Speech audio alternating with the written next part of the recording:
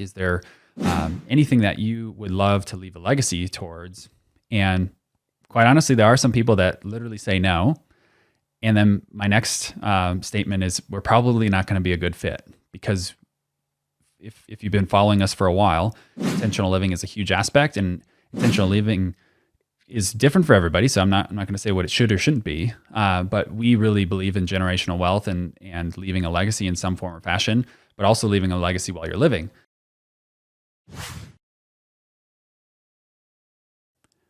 A lot of times when people call in, one of their main questions is life insurance a good fit for me? And really what they're asking a lot of times is, I don't care about the death benefits, so why in the world would I get life insurance?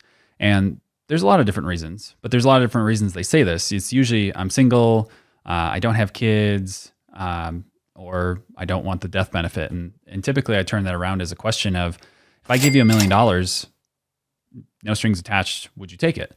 And the answer is almost always yes. And then the next question I ask is, if I gave you that $1 million, if it was taxable or tax-free, which one would you want?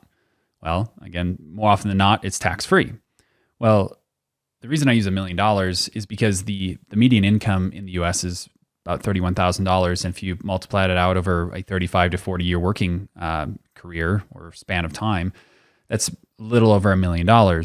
And in today's economy, $1 million really is not that much money. And if we would all take that $1 million, if there was no strings attached, why wouldn't we want to bestow that upon the people that we care about or the initiatives that we care about? And there's a lot of different reasons for that. I actually have a personal experience.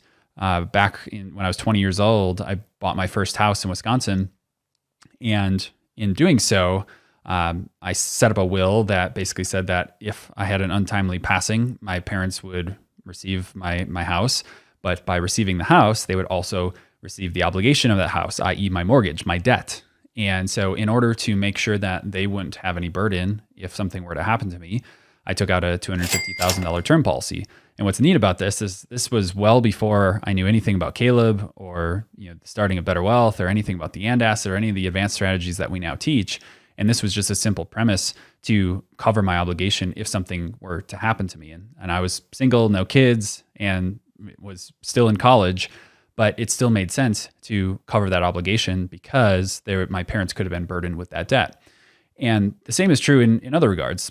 If I fast forward and said I was 35 and just married, but no kids. Well, the same question applies. If your spouse were to die unexpectedly, do you think having an additional $1 million would be better or worse for you? Well, typically it's going to be better.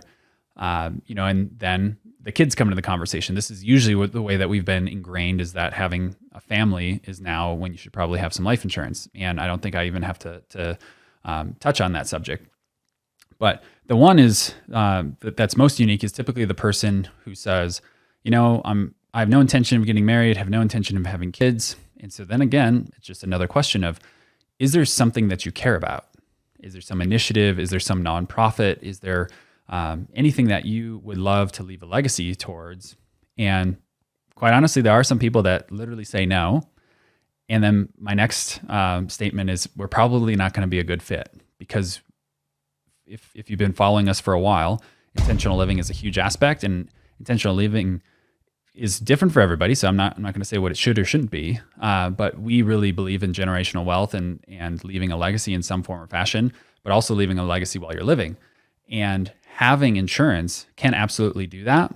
And if I knew what I knew today, or if I knew what I know today, I would have set up a permanent policy back then, because I would have had the other benefits, the living benefits, the and asset benefits that we now teach.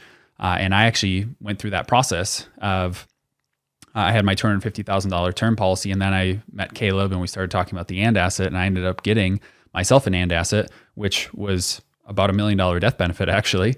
And I eliminated the $250,000 term policy because it was basically just an expense at that point.